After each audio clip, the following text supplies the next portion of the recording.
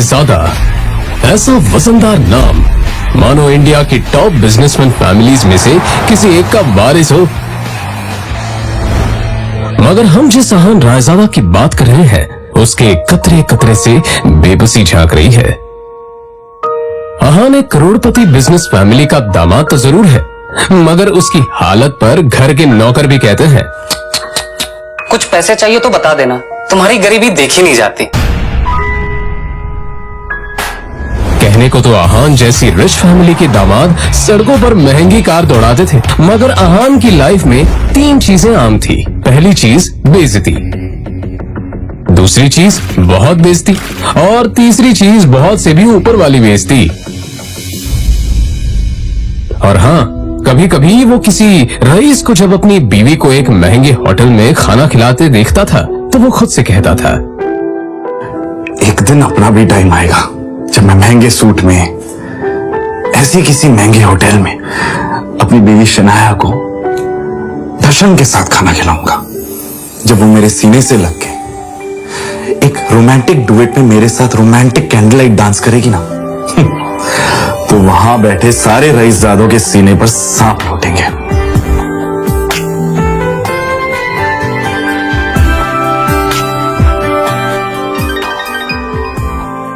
जरूर शनाया ने बहुत अहान चौंक कर उठ खड़ा हुआ। मोबाइल स्क्रीन पर देखा तो शगुन का फोन था। अहान के सारे सपने छूमंतर हो गए। शगुन अहान की बीवी शनाया की कजिन थी जो हमेशा ही अहान को नीचा दिखाने की कोशिश करती थी।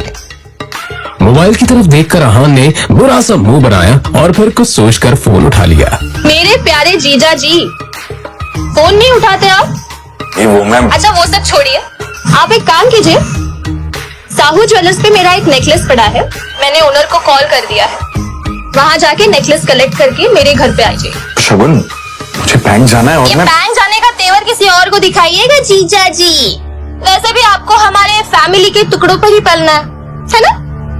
तो जितना काम कहा जा रहा है उतना कीजिए। और हाँ, नेकलेस के साथ में ओनर आपको 30,000 रुपए भी देगा, वो लेकर मेरे घर पे आ जाइए। और 30,000 रुपए में से 1 रुपया भी कम नहीं होना चाहिए, समझे ना? देखो शगुन, आज तक मैंने कभी चोरी नहीं की है। और दूसरी बात यह कि अगर मुझ पर इतना डाउट है तो किसी नौकर को भिजवा के करवा लो। क्या है ना, बहस करने की इजाजत आपको है नहीं। तो जितना काम कहा जा रहा है उतना कीजिए। 1 घंटे के अंदर नेकलेस और पैसे लेकर मेरे घर आ जाइए। और फिर से कह रही हूँ, 30,000 रुपए में से 1 भी रुपया कम नहीं होना चाहिए। बाय। अरे है दीदी को बुलाओ यार, है दीदी।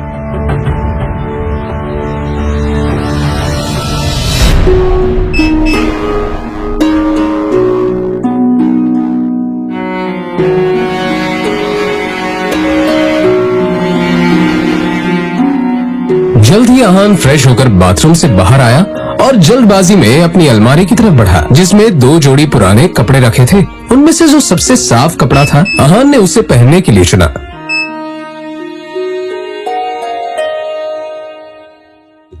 तैयार होकर वो बाहर निकला और जैसे ही सामने देखा तो उसकी सांस यामिनी गिल अपनी कुछ सहेलियों के साथ पार्टी में व्यस्त थी। तभी यामिनी जी की एक सहेली ने अपने सैंडल की तरफ देखकर कहा, यामिनी, ये देखो ना, तुम्हारे आते आते मेरा बेल्ट टूट गया चप्पल का। अब मैं घर कैसे जाऊंगी? अरे इसमें टेंशन लेने वाली कौन सी बात है? तुम पार्टी एंजॉय करो, मैं नौकर से कह दूंगी, वो ठीक करवा कर लाएगा। ना ना, मैं नौकरों पे भरोसा नहीं करती। मेरी चप्पल महंगी है।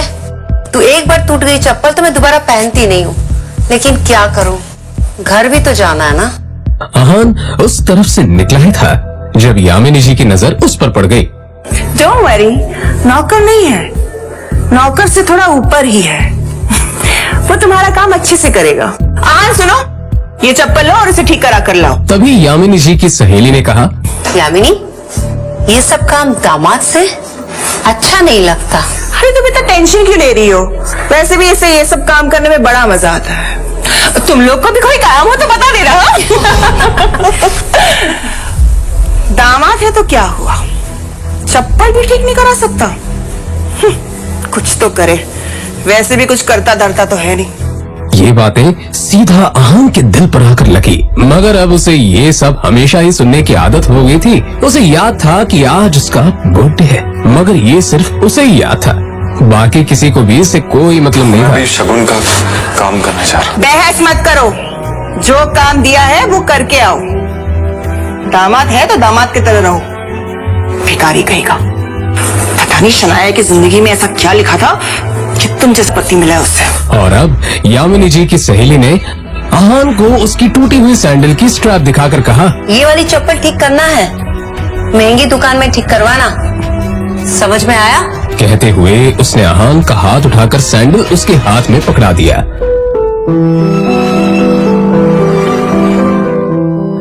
ना चाहते हुए भी अहान को यह काम करना ही पड़ रहा था।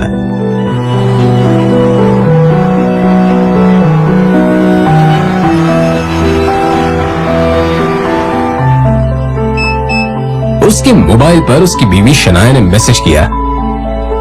ये मैसेज पढ़ते ही अहान के होठों पर एक स्माइल आ गई और उसकी पूरे दिन की टेंशन जैसे गायब ही हो गई। आज पहली बार शनाया ने उसे ऑफिस बुलाया था। एक वही तो थी उसकी जिंदगी में जिसकी मुस्कुराहट देखकर वो खुद को जिंदा रखता था। शनाया का चेहरा देखे बिना अहान को चैन नहीं मिलता था, और उसके बस में होता तो शनाया की हर एक खुशी के लिए खुद को लाखों बार कुर्बान कर देता। रास्ते में अहान को एक फूलों की दुकान मिली।